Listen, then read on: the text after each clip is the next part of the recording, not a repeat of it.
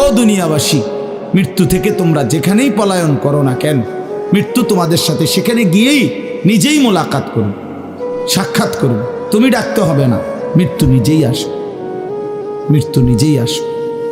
আইনামা তাকুনু ইউদরিকুমুল মাউতু ওয়ালাউ কুনতুম ফি বুরুজিম মুশাইয়াদা। আল্লাহ বলে, তুমি যদি এমন একটা বিল্ডিং বানাও, ঘর বানাও, যে ঘরটা অনেক উঁচা, যে ঘরটার উপর দিয়া কেউ ভিতরে ঢুকতে পারবে না, যে ঘরটার মধ্যে একটা ছিদ্র নাই, একদম আটকানো, তো এরকম একটা ছিদ্রবিহীন সুউচ্চ ঘরও যদি তুমি বানিয়ে তার ভেতরেও তুমি আশ্রয় নাও, তো ইউদরিকুমুল মাউতু, মৃত্যু তোমার সেখানেই পৌঁছবে, তোমার সেখানেই পৌঁছবে। প্রিয় ভাই আমার, বন্ধু আমার, নওজোয়ান সাথীরা আমার, মৃত্যু এক অনিবার্য বাস্তবতা, চিরন্তন বাস্তবতা। এটা গ্রহণ করতেই হবে। হাসলেও মরতে হবে, কাঁদলেও মরতে হবে, সুখেও মরতে হবে, দুঃখেও মরতে হবে। রাজপ্রাসাদ আর অট্টালিকার মানুষটাও মরে যাবে, জীর্ণ কুটিরে যে লোক থাকে, হ্যাঁ, সেই লোকটাকেও মরতে হবে। জীবনে কোনোদিন দুঃখ দেখে নাই যে সেও মরে যাবে, জীবনে কোনোদিন সুখ দেখে নাই যে সেও মরে যাবে, সব মরে যাবে। এটাই সত্য, এটাই বাস্তবতা। অতএব মৃত্যু এক অনিবার্য বাস্তবতা, এটা গ্রহণ করতেই হবে। এটা যদি আমরা মনে রাখি, আমাদের জীবন অনেক সুন্দর হইত, অনেক সুন্দর হইত। রাসূলুল্লাহ সাল্লাল্লাহু আলাইহি ওয়াসাল্লাম বলছেন, আকসিরু যিকরা হাদিমিল লাযযাত ইয়ানি আল মাউত। আল্লাহর নবী বলেন, আমার উম্মত, তোমরা বেশি বেশি ওই জিনিসটা স্মরণ করো যে জিনিস তোমাদের সমস্ত স্বাদ, আনন্দ, আহ্লাদ চিরতরে মিটাই দেবে, তোমারে চিরস্তব্ধ করে দেবে। জলজ্জান্ত মানুষটা আমাদের সামনে হাঁটতো, চলতো, উঠতো, বসতো, ঘুরতো, ফিরতো, হ্যাঁ, সেই মানুষটা মনে করেন আমার চোখের সামনে নাই, তার লাশ আমার সামনে, আহা সেই লোকটা স্তব্ধ। পৃথিবীর কত মানুষ কত আওয়াজ করতেছে, কত শোরগোল করতেছে, কিন্তু এই লোকটা হাতও নাড়ে না, পাও নাড়ে না, চোখও মেলে না, আর কিছুই করে না। এ কি আশ্চর্য বিষয়! চোখের সামনের এই মানুষটা নাই, কি হলো তার? কে তারে থামাই দিল? কে তারে স্তব্ধ করে দিল?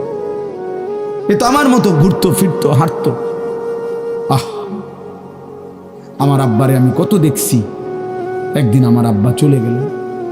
আমার দাদারে আমি কত দেখছি, আমার দাদা একদিন চলে গেল।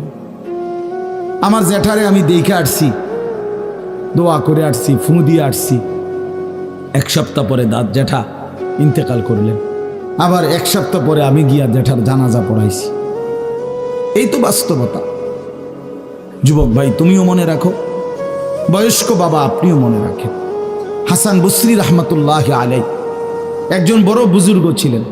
উনি বলতেন, তিনি যখন কোনো যুবককে দেখতেন আর বয়স্ক দেখতেন, তো তিনি যুবকদেরকে বলতেন, ইয়া মা'শারাশ শাবাব ইন্না যারআ কাদ তুদরিকুহুল আহাতু ক্বাবলা আন ইয়াবলুগা।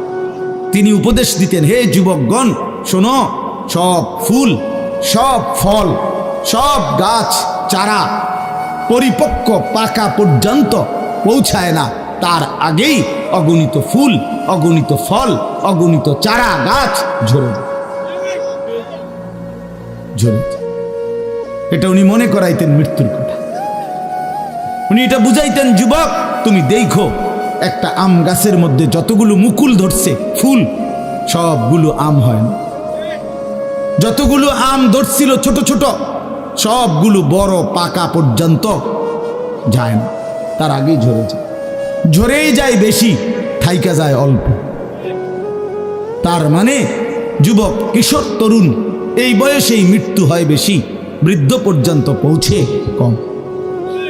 পুরা বাড়িতে অনেক সময় এমন হয়, একজনও বয়স্ক লোক নাই, একজনও নাই। আমার ঘর, আমার বাপ চাচাদের যে ঘর, সেখানে আপনার এখন আমার চাচাতো ভাই, জ্যাঠাতো ভাই, আমার ভাই বেরাদর সব মিলাইয়া আমাদের ছেলে পেলে, ভাই ভাতিজা মিলে না হয়তো 60-70 জন আছি আমরা, কিন্তু আমাদের একজনও বয়স্ক লোক নাই। আমার দাদাও নাই, দাদিও নাই, জ্যাঠাও নাই, চাচাও নাই, আমার আব্বাও নাই, কেউ নেই। তাইলে কেন এমন হলো?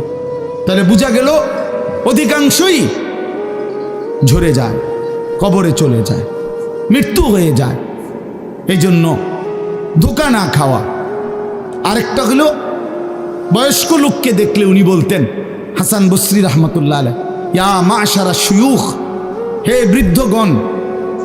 উনি তাদেরকে জিজ্ঞাসা করতেন যে মা ইউনতাজারু বিসসারআই ইযা বালাগা, যখন কোনো ফসল পাইকা যায় তখন আর বাকি থাকে কি? কি বাকি থাকে? কাটা। কথা বলে না, কি বাকি থাকে? ক্বালু আল হাসাদ, বা কাটাটা বাকি থাকে, পাইকা তো গেছে। তার মানে আপনারা পাইকা তো গেছেন, বয়স তো হয়েই গেছে, আর শুধু মৃত্যুটা বাকি, আর শুধু মৃত্যুটা বাকি। তাইলে যুবককে বলতেন, তুমি ভেবো না তুমি বৃদ্ধ হবা, কারণ অসংখ্য ফুল তো আগেই ঝরে যায়, অসংখ্য ফল তো আগেই ঝরে যায়, অসংখ্য গাছ তো আগেই ঝরে যায়। আবার বৃদ্ধকে বলতেন যে আপনার তো আর কিছুই বাকি নাই, আপনি তো পাইকেই গেছেন, এখন শুধু কাটা, কবর, মৃত্যু ছাড়া আর বাকিটা কি? তাহলে মৃত্যু ভুলে না যাওয়া, মৌত ভুলে না যাওয়া। রাসূলুল্লাহ সাল্লাল্লাহু আলাইহি ওয়াসাল্লাম বলেন, কাফা বিল মাউতে ওয়াইজান। নবীজি বলেন, কোনো মানুষ যদি মৃত্যুর কথা স্মরণ করে, তার ওয়াজের জন্য, নসিহতের জন্য এটাই যথেষ্ট, এটাই যথেষ্ট। আমরা কিতাবে পড়ছি, হযরত ওমর রাদিয়াল্লাহু তাআলা আনহু, এত বড় সাহাবী, উনি বলতেন, কুল্লা ইয়াউমিন ইউকালু মাতা ফুলান মাতা ফুলান ওয়ালা বুদ্দা মিন ইয়াউমিন ইউকালু মাতা ওমর। তিনি বলতেন, হায় শোনো, প্রতিদিন ঘোষণা হয় আজ অমুকের মৃত্যু হলো, অমুকের মৃত্যু হলো, অমুকের মৃত্যু হলো। অচিরেই একদিন ঘোষণা হবে আজ ওমরের মৃত্যু হলো, আজ ওমরের মৃত্যু হলো। উনি বলেন, এই ঘোষণা শুনবে খুব দ্রুত একদিন। এই জন্য বাপ, এই আমাদের ব্যক্তিগতভাবে প্রতিনিয়ত মৃত্যু হচ্ছে, ঠিক এভাবে আমরা তো মরছি, একদিন এই গোটা আলমের মৃত্যু হবে। এই গোটা সৃষ্টিটাই আল্লাহ তাআলা গুটায় ফেলেন। আচ্ছা, কি আশ্চর্য কথা, এটা কি অবাক করা। এক মিনিট যদি কেউ বিবেক দিয়া ভাবে, যারে বলে কি হুজুর, বলেন কি, এত বড় আসমান ভেঙে যাবে, এই সূর্য খসে পড়বে, চাঁদ খসে পড়বে। আল্লাহ তাআলা বলছে, ইযা সামাউন ফাতারাত, আসমান ভেঙে যাবে, ওয়া ইদাল কাওয়াকিবুন তাসারাত, তারকারাজি খসে খসে পড়বে, ইযা শামসু কুব্বিরাত ওয়া ইদাল কাওয়াকিবুন তাসারাত। আল্লাহ তাআলা বলছেন, সূর্যটা গুটায় ফেলা হবে, পাহাড়গুলো বালির মতো, তুলার মতো উঠতে থাকবে। ইদা রাজ্জাতিল আরদু রাজ্জা, এই জমিনের মাটিগুলো রেজা রেজা, পাউডার পাউডার হয়ে যাবে।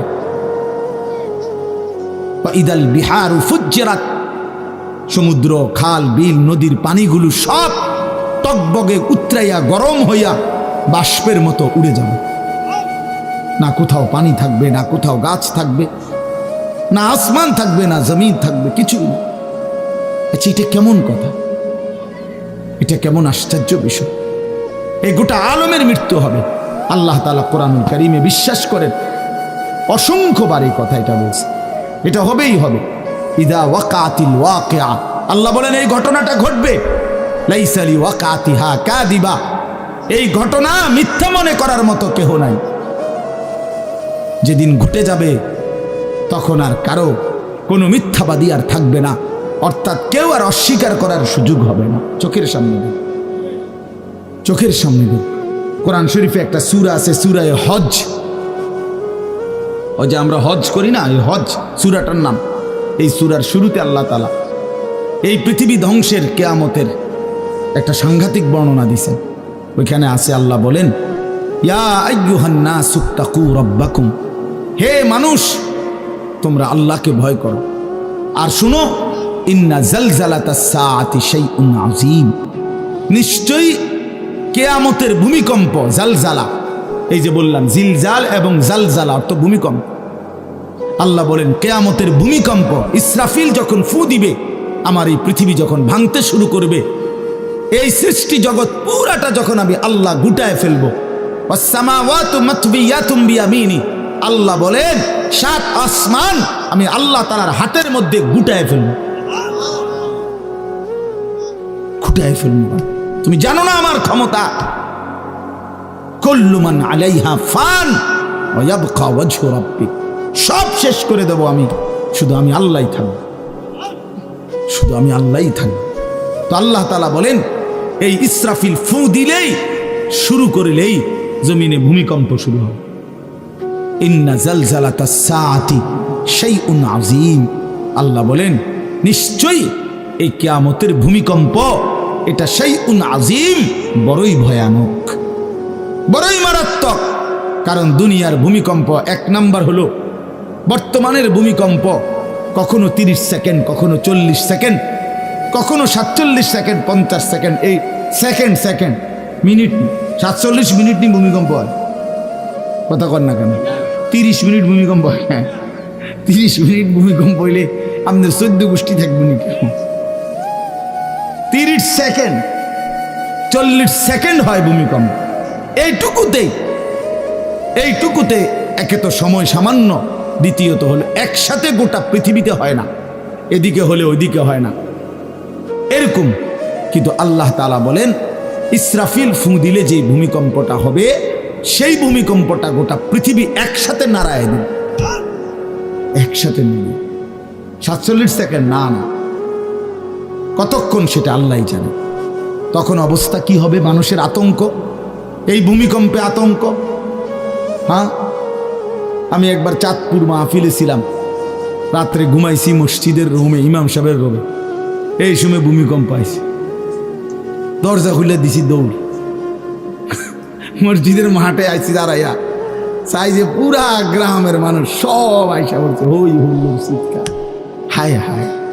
অথচ সবাই চিৎকার দিতে দিতেই ভূমিকম্প শেষ। ভূমিকম্প হয়েছেই তো অল্প একটু, কিন্তু এটুকুর আতঙ্কেই যা হুজুর পাবলিক বরাবর। কিসের হুজুর আর কিসের পাবলিক, বক্তা শ্রোতা সমান। এই এখন মনে করেন ভূমিকম্প হইলে আমরা সব দিন দৌড়, আমিও আমি এখানে বুজুর্গি দেখাইব এটা। হ্যাঁ, আমি একটা বড় হুজুর, বেটা প্রধান বক্তা, আমি লড়লে কি মানুষ কি করব? আপনি কি করবেন? আমার সময় কো, আমার জান নিয়ে টানাটানি।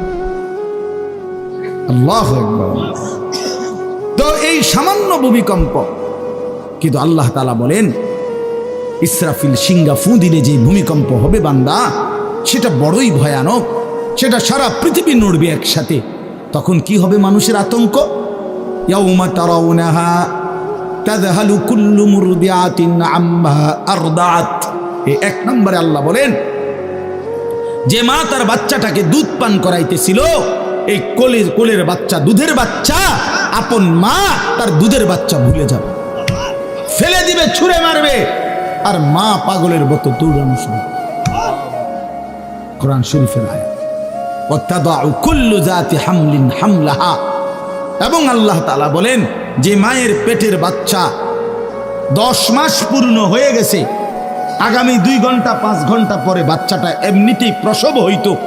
আল্লাহ তাআলা বলেন ইসরাফিলের ফু দিলে জমিন যখন কাঁপতে শুরু করবে, তো এই গর্ভধারিণী মা, গর্ভবতী নারী পাগলের মতো এভাবে ছুটবে, দৌড়বে, নিজের গর্ভের বাচ্চা নিজে নিজেই পড়ে যাবে। ও তারান নাসা সুকারা, আল্লাহ বলেন মাতালের মতো সমস্ত মানুষগুলো ছুটতে থাকবে। ফাইদা বারিকাল বাসার ওয়া খাসাফাল কামার ওয়া জুমিআ আশ-শামসু ওয়াল কামার। আল্লাহ তাআলা বলে চন্দ্র সূর্য আলোহীন হয়ে যাবে, সূর্য চন্দ্র এক হয়ে যাবে। ওয়া জুমিআ আশ-শামসু ওয়াল কামার ইয়াকুলুল ইনসানু ইয়াওমাইদিন আইনাল মাফার। লোকেরা দৌড়বে আর ছুটবে, মানুষ একে অপরকে জিজ্ঞেস করবে ভাইয়া পালাবো কোথায়, দাঁড়াবো কোথায়? কোথাও তো স্থির কোনো জায়গা নাই, কোথায় দাঁড়াবো? আল্লাহ তাআলা বলেন কাল্লা লা ওয়াজার, না বান্দা, সেদিন আর কোথাও জায়গা মিলবে না। ইলা রাব্বিকা ইয়াওমাইদিনিল মুস্তাকার, আজকে শুধুই কেবল তোমার আল্লাহর কাছেই আশ্রয় ঠিকানা। এভাবে বহু আয়াত কোরআনুল কারীমের মধ্যে আল্লাহ তাআলা বর্ণনা করছেন। আমার ভাই, তো এই ইসরাফিলের ফু দিলে গোটা আলমের মৃত্যু হবে, ভূমিকম্প শুরু হবে। তো এই ভূমিকম্প কেন হবে? এই কাঁপতে কাঁপতে সমস্ত কিছু ভাঙ্গা একসাথে এই সব কিছু আল্লাহর সৃষ্টি সমস্ত কিছুই জমিনের তলদেশে চলে যায়। জমিন তখন খালি ফাঁকা, জমিনে তখন কিচ্ছু নাই, কিচ্ছু, একটা সুতা মাটির উপরে থাকবে। এই প্রথমবার ইসরাফিল ফু দিলে সমস্ত কায়নাত, ইনসান, জিন, আল্লাহর সমস্ত সৃষ্টি মাখলুকাত সব জমিনের তলদেশে চলে যায়। মানুষ ও জিন ও অর্থ সম্পদ, স্বর্ণ রৌপ্য, মণি মুক্তা, হীরা জহরত সব সব সব একটা কাগজের অস্তিত্ব, সব কিছু, গোটা জমিন ফাঁকা। এভাবে কতদিন আল্লাহ জানে, কতদিন আল্লাহ জানে। হ্যাঁ মা ভাই, এরপরে একটা নির্দিষ্ট সময় পরে আবার আল্লাহ তাআলা ইসরাফিলকে জীবিত করবেন, করে আবার আল্লাহ তাআলা দ্বিতীয়বারের মতো ফু দিতে বলবেন। এই দুই ফুঁয়ের মাঝখানে কতদিন? নবী সাল্লাল্লাহু আলাইহি সাল্লামের এক হাদিসের মধ্যে বলছে 40।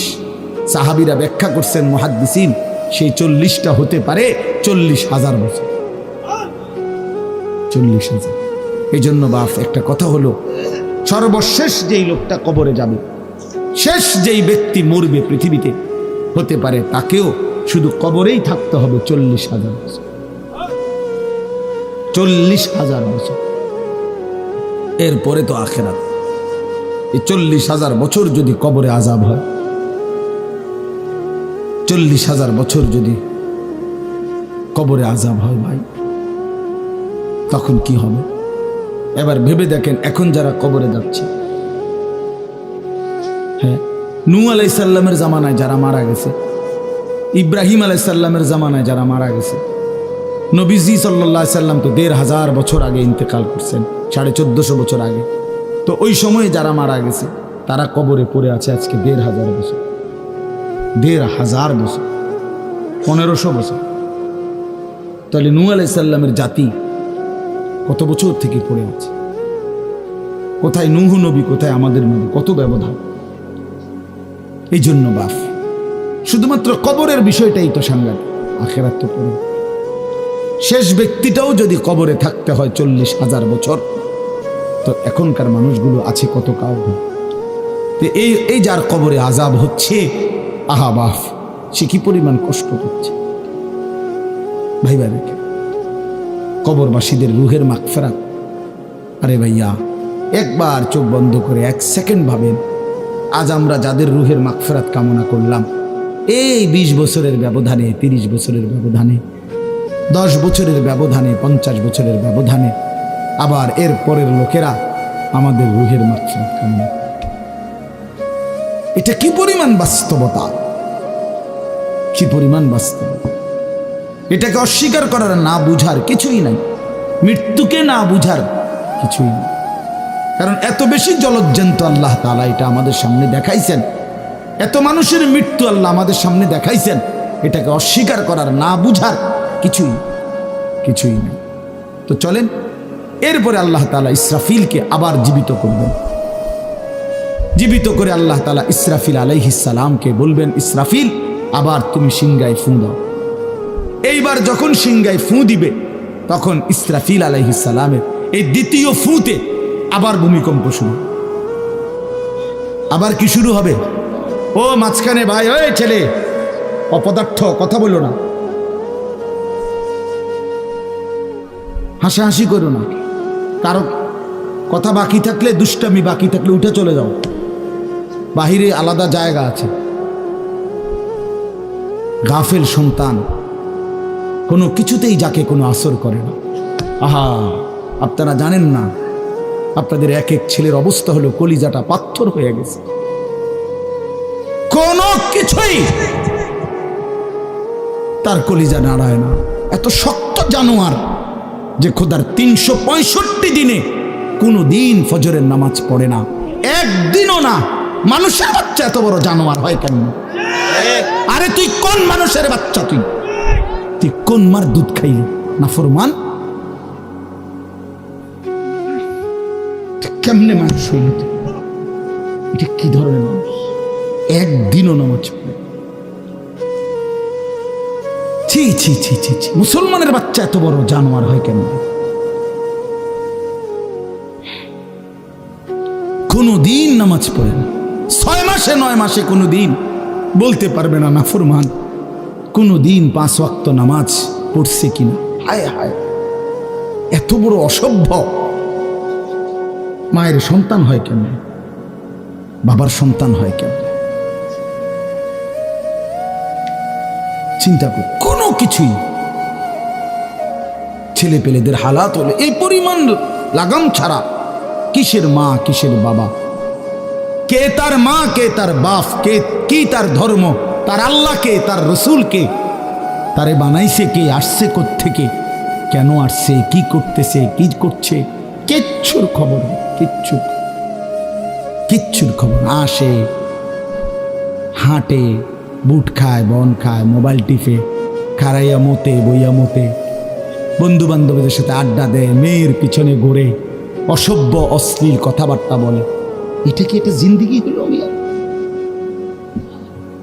ভেবে দেখেন। উফ, কোন সুস্থ স্বাভাবিক মানুষ এমন হয়? বলো ভাইয়া বলো। রাগ করো না বাপ, কে তোমা করে মনে করাই দিবে? কেউ মনে করাই দিবে? হা, বাবা আমারও ফিকির শেষ, শুধু টাকা রোজগারের ফিকির। দেশে থাইকা পারো, নইলে বিদেশ গিয়া পারো, কোনো না কোনো ভাবে পয়সা রোজগার করো। টাকা রোজগার করলে মা বাপ খুশি, টাকা রোজগার না করলে না অখুশি। খালাস। এরপরে ইমান আছে কিনা, ইসলাম আছে কিনা, নামাজ আছে কিনা, কোরআন আছে কিনা, আল্লাহ চিনে কিনা, হালাল হারাম কিনা, জায়েজ না জায়েজ না, এত কিছু আমার দরকার। ফুতের জিগায়ও না যে ফুত কামাই যে করতেছ, কি হালাল কামাই করো না হারাম, না এত কিছুর দরকার কি? টাকা দিতেছে, খাইতেছে, ঘুমাইতেছে, বিল্ডিং করতে আসে, জমি কিনতে আসে, আপেল মালটা খাইতেছে। এক ছেলে আমারে নিজে বলছে, আমি সবার ব্যাপারে বলি না, এক ছেলে আমারে নিজে বলছে, হুজুর আমি একটা দেশের নাম বলছে, যেই দেশে আমার কর্মটা ছিল, চলে আসছে ওই দেশ থেকে। আমার বলছে, হুজুর আমার কর্মটা হলো এই, মদের বার, মদের হোটেলে নারী পুরুষ উলঙ্গ জিনাবে বিচার করে, আমার দায়িত্ব শুধু পাশে দাঁড়িয়ে মদের বোতল নিয়ে দাঁড়ায় থাকা, যতবার তারা চায় অতবার তাদেরকে মদ গ্লাসে ঢেলে দেওয়া, তাদের হাতে তুলে দেওয়া। এর বিনিময়ে আমার মাসে বেতন 2 লাখ টাকা। মুসলমান, মুসলমান, মুসলমানের সন্তান, বাংলাদেশের সন্তান। তো এই টাকা যখন বাবা খাচ্ছেন, বিল্ডিং করতেছে, কোনো টেনশন নাই। আমি আবারও বলছি, আমি সবার জন্য বলি না, ওই বলছে দেখে ওরটা কইছে, কথা বুঝছেন না? আমি তো নাম ঠিকানা বলি না। এই জন্য আমার বাপ, ডাক দিয়েন না, ডাক দিয়েন না, একজনও ডাক দিয়েন না, অসভ্যরে ডাক দিয়েন না। হ্যাঁ হ্যাঁ, ডাক দিবেন কেন? হাইওয়ানকে ডাক দিবেন কেন? শুনেন, আপনারাই শুনেন, এত এত মানুষ শুনতে হবে না, কোনো অসুবিধা নেই, কোনো অসুবিধা নেই। আমি তো এটাই বুঝাইতে চাইতেছি, প্রত্যেকটা মানুষ আজকে মুসলমান, আমরা ঘর দেখায়, ফার্নিচার দেখায়, বিল্ডিং দেখায়, শুধু দোয়া করেন, ঘরটা করছি, শুধু দোয়া করে, কিতা দোয়া করতে হবে না, কিতা দোয়া করতে, বিল্ডিং এর দোয়া কিতা, আবার ইট বালুর লেগে দোয়া করে লাভ কি বেড়া? হুজুর মোটরসাইকেল কিনছি, শুধু দোয়া করে দেন, কিতা দোয়া করতে, কি মোটরসাইকেলের দোয়া কিতা? আবার আজীব লাগে না? বাস্তব এগুলো ছাদ ডালাই দিই, মাইজ শুধু দোয়া করে, ছাদ ডালাই দোয়া, ওটা ছাদ ডালাই করে, ওটার ফুতে মোবাইলে অশ্লীল উলঙ্গ ছবি দেয়, ওটার সন্তান উনি দাঁড়াইয়া রয়েছে মিস্ত্রিগো সামনে, ওনার গাম বাইয়া বাইয়া পড়তেছে ছাদ ডালাইয়ের দিন, আর অসভ্য জানোয়ার সন্তান বন্ধুদের সাথে উলঙ্গ ছবি দেখতেছে। ওই জানোয়ারের জন্য উনি ছাদ ডালাই। ওই হাইওয়ানের জন্য উনি ঘর করে দিয়ে গেছে, উনি কবরে জায়গা ঘর করে দিয়ে গেছে, এর জন্য ঘর করলেন। ছি ছি ছি ছি ছি। আমার দেওয়া ঘরে আমার কষ্টের কমাইয়ে এখানে বসে বসে রঙিন ছবি দেখবে, উলঙ্গ দৃশ্য দেখবে ঘরে শুয়া শুয়া সারা রাত। এর জন্যই আমার জীবনের এই অর্জন, এই ছিল আমার উপার্জনের উদ্দেশ্য। আহ, কতবার বললে বুঝবেন, কেমনে বললে বুঝবেন, কারে বললে বুঝবেন? আল্লাহ মাফ করে দেন। চলেন বাপ, তো বলতেছিলাম আল্লাহ তাআলা ইসরাফিল আলাইহিস সালামকে বলবেন আবার ফু দাও। তো তিনি দ্বিতীয়বারের মতো ফু দিলে জমিন আবার ভূমিকম্প শুরু হবে। এই ভূমিকম্পে জমিন কাঁপতে কাঁপতে এইবার জমিনের তলদেশে ওই প্রথমবার ফু দেওয়াতে ভূমিকম্প কাঁপতে কাঁপতে সব উপরে যা ছিল সব নিচে চলে গেছে। মনে আসেনি এটা কইছি? তাহলে উপরটা কি ফাঁকা, এইবার নিচে যা ছিল সব উপরে চলে আসবে। এই আসলেই এটা হাসরের মাঠ।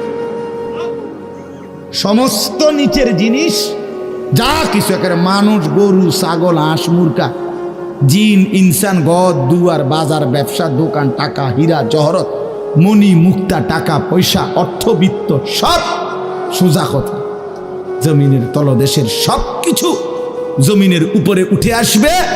উঠে আসলেই এইটা হাসরের মাঠ। এইটা, এই হাসরের মাঠ কোনটা জানেন? এই যেখানে বসে আছেন এখন, এইটাই হাসরের মাঠ। এই জমিনের উপরেই হাসরের মাঠ। বাকি শুধু আল্লাহ কোরআন বলছে ইদাল আরদু মুদ্দাত, আমি আল্লাহ জমিনটাকে টেনে আরো লম্বা করে দেব, আরো বড় করে দেবো আর কি, প্রশস্ত করে দেবো। কারণ ওই যে পিসের মানুষ খারাপ লাগবে না, মানুষ তো দাঁড়াই বসেই আদম আলাইহিস সালাম থেকে নিয়া, তো মানুষ বেশি না, মানুষ, গরু, ছাগল, হাঁস, মুরগা, জিন, ভূত সব খারাপ না, সব দাঁড়াবে। এই জন্য আল্লাহ তাআলা বলেন জমিন আমি প্রশস্ত টেনে দিব, লম্বা করে দিব, এতটুকু। বাকি এটাই হাসরের মাঠ, এটাই হাসরের মাঠ। এই কথাটাই এখানে আল্লাহ তাআলা উল্লেখ করছেন।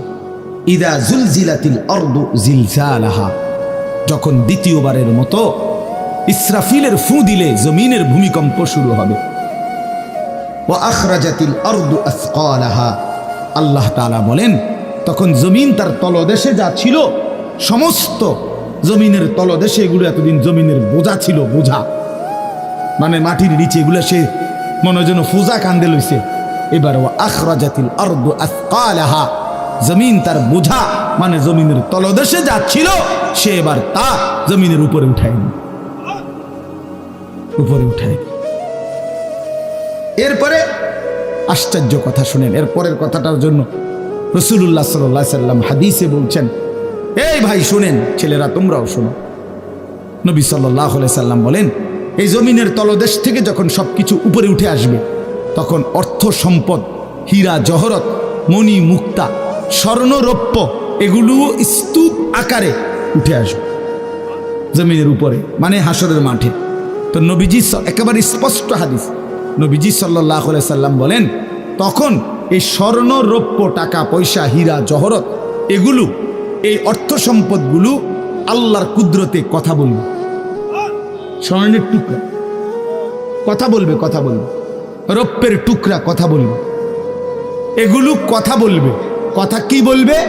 এগুলো তখন ওই নাফরমান মানুষগুলোকে ডাক দিবে, ডাক দিবে, আইয়ুহাস সারিক, হে চোর, এদিকে এই সম্পদের জন্য চুরি করেছিলে, আজ যা দরকার নেও। আইয়ুহাল কাতি, হে ডাকাত, এদিকে এদিকে আসো, এই সম্পদের জন্য ডাকাতি করছিল, আজ নেও। হে আত্মীয়তার, আইয়ুহাল কাতি, আত্মীয়তার সম্পর্ক ছিন্নকারী ব্যক্তি, আসো। এই জন্য ভাইয়ের সাথে যুদ্ধ করছো, বোনের সম্পদ নষ্ট করছো, চাচারে সম্পত্তি দাও নাই, এই জন্য, এই দুনিয়ার জন্য নেও, এখন না, এখন যা লাগে নেও। এইভাবে প্রত্যেক নাফরমান পাপীকে, হে হারামখোর, সুদ করে দিগা, এখানে টাকা যা লাগে নে। নে বাটপার, এখান থেকে টাকা নে। কি পরিমাণ টাকা দরকার ছিল নে। এইভাবে রাসূলুল্লাহ সাল্লাল্লাহু আলাইহি সাল্লাম বলেন, দুনিয়ার এই সম্পদগুলো কথা বলবে আর ডাকবে। ডাকলে মানুষ, আচ্ছা এটা তখন কেরম লিখবো? কথা বোঝেন নাই? এটি যখন কথা বলবে, ডাকাডাকি করবে, মানুষ কি বলবে? লোকেরা তো সবাই দাঁড়াইছে, মানুষও তো দাঁড়াইছে, তারাই তো ডাকতেছে, তো তারা কি বলবে? ওয়াকালাল ইনসানু মা লাহা, আল্লাহ নিজেই বলতেছে, লোকেরা তখন মানুষগুলো বলবে মা লাহা, এটা কি হলো?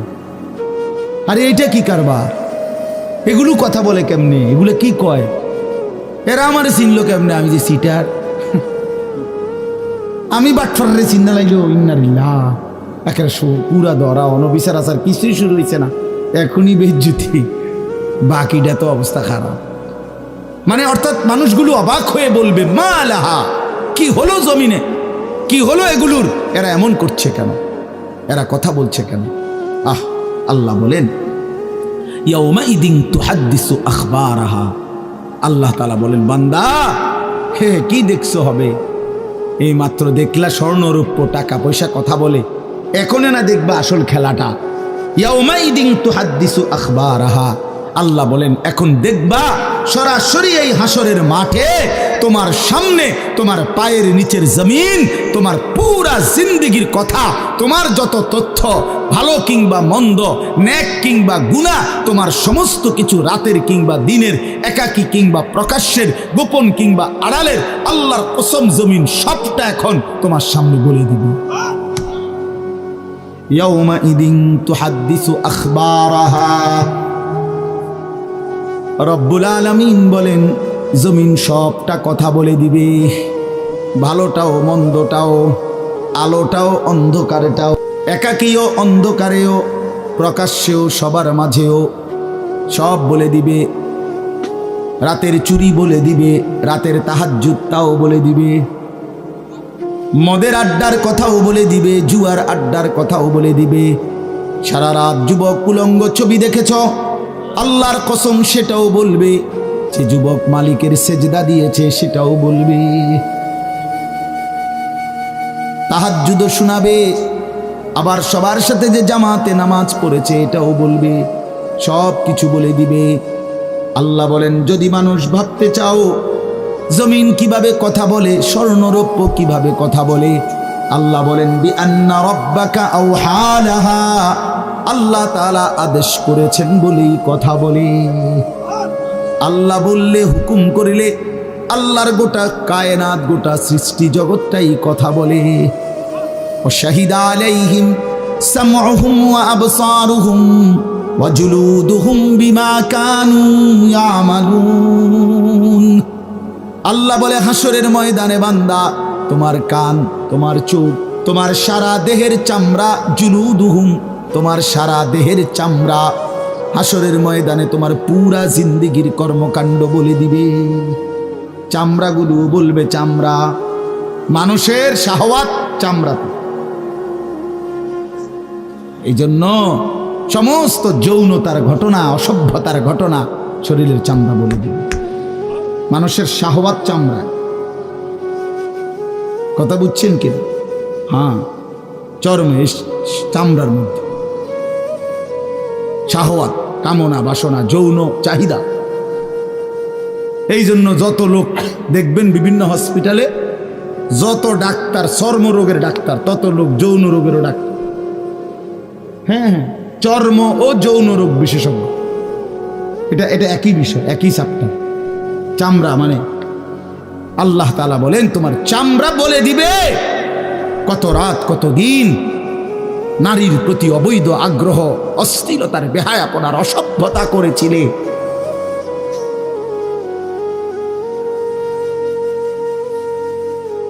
হায় হায়, বিআন্না রাব্বাকা আওহা লাহা, আল্লাহ বলেন আমি আল্লাহ হুকুম করেছি বলে কথা বলে। এই জন্য আল্লাহ হুকুম করিলে চামড়াও কথা বলে, কানেও কথা বলে। এখন কি কানে কথা বলে? কিন্তু সেদিন বলি চোখেও কথা বলে। এখন চোখ কথা বলে না, মানে সব কিছুর জবান খুলবে, সব কিছু। আপনারা বলেন আমরা তো মনে করি জিহ্বায় কথা বলে, না জিহ্বায় কথা বলে না, আল্লাহর হুকুম হইলে কথা বলে, নাহলে যেই লোক বোবা তারও তো জিহ্বা আছে না, তো সে কথা বলে না। যেই লোক কানে শুনে না, তো তার কি আপনার এইভাবে কান বলতে কিছু নাই, তো সে শুনে না কেন, কথা বলেন না কেন? আল্লাহর হুকুম। যার চোখ, যে চোখে দেখেন, এই যে জুয়েল ভাই, আমি মূলত তার মহব্বতেই মাহফিলটা দিছি। তো এই যে দেখে না, তো তার এভাবে তো চোখ আছে, সে দেখে না কেন? আল্লাহ তাআলার হুকুম নাই বলে দেখে, ঠিক কিনা বলেন না কেন? মজার বিষয় হলো রাসূলুল্লাহ সাল্লাল্লাহু আলাইহি সাল্লাম হাদিসে স্পষ্ট বলেছেন, বিশ্বাস করেন, একেবারে বিশুদ্ধ হাদিস, আল্লাহ তাআলা তার দুইটা চোখ নিয়ে গেছে। নবীজি বলছেন, সে যদি সবর করে আল্লাহর হুকুমের উপরে চলতে পারে, রাসূলুল্লাহ সাল্লাল্লাহু আলাইহি সাল্লাম বলেন, আল্লাহ তাআলা তাকে এই দুইটা চোখ নিয়ে যাওয়ার কারণে, অন্ধ বানানোর কারণে সে যে সবর করলো, আল্লাহ রসুল বলছেন আল্লাহ তাআলা নিশ্চিত তাকে জান্নাত দান করবে। এই জন্য তুমি ভাই সবর করো। মালিকের এই দুনিয়া দেখতে পারলা না, তো অপেক্ষা করো, একদিন জান্নাত দেখবা, জান্নাতের হুর দেখবা, তো আরো মজা হবে যে আমি প্রথমেই জান্নাতি দেখলাম, জান্নাতি দেখলাম। যা মালিক, দুনিয়া দেখলাম না তোমার, তুমি আমারে জান্নাত দেখাই। আল্লাহ তৌফিক দান করুন। ইয়াউমাইদিন ইয়াসদুরুন নাসু আশতাতান লিয়ারাউ আ'মালাহুম, আল্লাহ বলেন তখন দলে দলে ফেরেশতারা মানুষগুলোকে লাইনবদ্ধ, সারিবদ্ধ করে দলে দলে বানাবে। লোকেরা পরস্পর, প্রত্যেকটা মানুষকে ফেরেশতারা আলাদা আলাদা গ্রুপ বানিয়ে দেবে হাসরের ময়দানে। তখন প্রত্যেকে এই গ্রুপে গ্রুপে, দলে দলে লিউরাউ আমালাহুম, নিজেদের আমল নামা, নিজেদের আমল দেখবার জন্য সামনে এগিয়ে যাবে। অর্থাৎ প্রত্যেককে তার আমল নামা দেখবার জন্য, দেওয়ার জন্য নির্দিষ্ট জায়গায় নিয়ে আসবে। নেওয়ার পরে সেখানে প্রত্যেকের ফাইল, প্রত্যেকের খাতা, আমল নামা তার হাতে তুলে দেওয়া হবে। দিলেই সে দেখবে। আল্লাহ বলতেছেন, ফামান ইয়ামাল মিসকালা যাররাতিন খায়রান ইয়ারা, এক বিন্দু, এক অণু পরিমাণ, পরমাণু পরিমাণ, সামান্য থেকে সামান্য পরিমাণও নেকি, কল্যাণ, তাও তুমি দেখতে পাবা। ওমান ইয়ামাল মিসকালা যাররাতিন শাররান ইয়ারা, বিন্দু থেকে বিন্দু মন্দ যা করেছিলে তাও তুমি দেখতে পাবে। এক জাররা, মূলত জাররা বলে তাফসীরের মধ্যে লিখছে লা ওয়াজনা লাহু লা জিনাতা লাহা, যেটার কোনো ওজন হয় না, এত সামান্য, এত সামান্য, ওজন নাই, মানে 100 গ্রামও না, 10 গ্রামও না, 1 গ্রামও না, আধা গ্রামও না, এত সামান্য, এটা কোনো ওজন নাই, ওজন নাই, ওজন আসে না আর কি, ওজনে হয় না, এরে বলে জাররা। তাফসীরের মধ্যে লিখছে, কোনো ব্যক্তি, হযরত আব্দুল্লাহ ইবনে আব্বাস বলেন, কোনো ব্যক্তি যদি মাটিতে এমনি হাত মারে, মানে হাত লাগাই আবার উঠাই লাইছে, তখন এই যে বালুগুলো লাগছে, এই বালুর যেগুলো হাত থেকে ঝরে পড়ে কণা, এগুলো তার চাইতে সামান্য এক জাররা। আমার উস্তাদ বলছিলেন ছাত্র জীবনে আমাদেরকে, যে মানুষ যে কাপড় ধুইয়া চিপে, কাপড় এমনি চিপ্পা রৌদ্র দেয় না, মানে চিপ্পাই তো ফানি ফেলায়, তো কাপড় চিপ্পা সাইরা মানুষের একটা স্বভাব হইল রৌদ্র দেওয়ার আগে এটার একটা ঝাড়া মারে, লুঙ্গিটারে একটা আগে কি মারে, ঝাড়া দিয়া এরপরে দেয়। এই যে লুঙ্গিটা ঝাড়া দিলে যে ছোট্ট ছোট্ট পানির ফোঁটা ছিটকাইয়া পড়ে, এই ফোঁটা, এগুলো পিচ্ছি পিচ্ছি, এগুলো এক একটা জাররা, অথবা তার চাইতে ছোট। এটার ওজন আসবে না, এটা 1 গ্রামও হবে না, আধা গ্রামও হবে না। এই সামান্য ভালোটাও তুমি দেখবা, মন্দটাও দেখবে। কেমনে আড়াল করবেন ভাই? নিজেকে আড়াল করবেন কেমনে? বাপ যুবক, তুমি কেমনে আড়াল করবা? কোরআন শরীফে আছে, আল্লাহ বলেন, ইয়াউমা তুবলাস সারাইর, বান্দা আমি হাসরের ময়দানে তোমার অন্তরের গোপন বিষয়গুলো, যেগুলো কেউ শুনে নাই, তুমিও বলো নাই, শুধু মনে মনে কল্পনা করছিলা ভালো কিংবা অসৎ, সেগুলো হাসরের ময়দানে তোমার সামনে খুলে দেব। হ্যাঁ, আফালা ইয়ালামু ইযা বু'সিরা মা ফিল কুবুর ওয়া হুসিলা মা ফিস সুদূর। আল্লাহ তাআলা বলেন, এই বুকের ভিতরে, অন্তরের ভিতরের যেই কথাগুলো, সেগুলো খুলে দেব। এই জন্য আজকে আমার কথা এখানে শেষ। আমি এতটুকু কথাই বলতে চাই, এই ৯৯ নম্বর সূরাটা আমাদেরকে এই কথার সবক দিচ্ছে যে আমরা আমাদের জিন্দেগির ১ সেকেন্ড একটি নিঃশ্বাস আড়াল করবার সুযোগ নেই। হিসাব দিতে হবে, হিসাব দিতে হবে। ১ মিনিট, ১ সেকেন্ড, ১ পলক, ১ লাম্হা, ১ মুহূর্ত আমাদের আড়াল করবার সুযোগ নাই ভাই। ভালোটার প্রতিদানও নিতে হবে, মন্দটারও প্রতিদান নিতে হবে। তাইলে কেন জীবন নষ্ট করব, কেন হায়াত নষ্ট করব? আমার অনুরোধ রইল, যতগুলো যুবক ছেলে আছো ভাই, তোমাদের কাছে অনুরোধ, মৌলানা কথা বলবে, এরপরে আরও একটু বয়ান হলে এরপরে দোয়া হবে, কিন্তু আমার মাঝখান দিয়ে এই কথাটাই আমি অনুরোধ করে বললাম, প্রত্যেকেই দয়া করে আল্লাহর ওয়াস্তে নিজের জীবনের কদর করো ভাই। আমার এটাই শেষ কথা। যুবক ছেলেরা, তুমি আমার সাথে এখন যাইবা না, আমিও তোমার সাথে যাব না। এই দুনিয়াও যেমন আমি আলাদা চলে যাচ্ছি, আপনারাও আলাদা চলে যাবেন, কিন্তু বাস্তব কথা হলো আমি আপনি প্রত্যেকে আলাদা আলাদা কবরে আখেরাতে আল্লাহর সামনে মুখোমুখি হতে হবে। এই জন্য হাত জোর করে অনুরোধ করছি ভাই, নিজেরে নষ্ট করো না। একটা ছেলেও যদি বুঝো, আমার অনুরোধ রইল তোমার প্রতি, তুমি নষ্ট হইও না, চরিত্রহীন হইও না, তুমি হায়াতটা শেষ করে দিও, কষ্ট পাইবা। এই নারী ছবি, অশ্লীল দৃশ্য, উলঙ্গপনা, বেহায়াপনা, এই জেনা ব্যভিচারের দৃশ্য, এগুলো দেখো না। চেষ্টা করো 5 ওয়াক্ত নামাজ পড়তে, 5 ওয়াক্ত নামাজ পড়তে হিম্মত করলে পারবা ভাই। পেশাব পায়খানার পরে টয়লেট পেপার ব্যবহার করো, পানি ব্যবহার করো, দেখবা শরীর পবিত্র থাকলে আল্লাহর ইবাদত করতেও মন চাই। মূলত মানুষ অনেকের যাদের নামাজ ছুটে যায়, তাদের একটা বড় কারণ হলো তার শরীর অপবিত্র, শরীর নাপাক, আর নাপাক দেখে নেক কাজের তামান্না, আগ্রহ জাগে না। এই জন্য এই যে পেশাব করে পানি নেয় না, টয়লেট পেপার ব্যবহার করে না, এই অসভ্য এই কারণে নামাজ পড়তে চায়। বাস্তব কথায় এর তখন আর হায়া লজ্জা থাকে না। এই জন্য সবাই মিলে ইনশাআল্লাহ নামাজ পড়ুন, নিজেদের স্ত্রী, কন্যা, বোনকে পর্দা পশিদায় রাখতে চেষ্টা করেন। যে মেয়েটার পর্দা নাই, যে মহিলার পর্দা নাই, বিশ্বাস করেন যে তার নিজের ইজ্জত, নিজের কদর, নিজের সতীত্ব, নিজের পর্দার কদর বোঝে না, এটা কোনো নারী না, এটা কোনো মহিলা না, এটা প্লাস্টিক জাতীয় কিছু হইত। এটা এক ধরনের প্লাস্টিক, এটা এক ধরনের অসভ্য।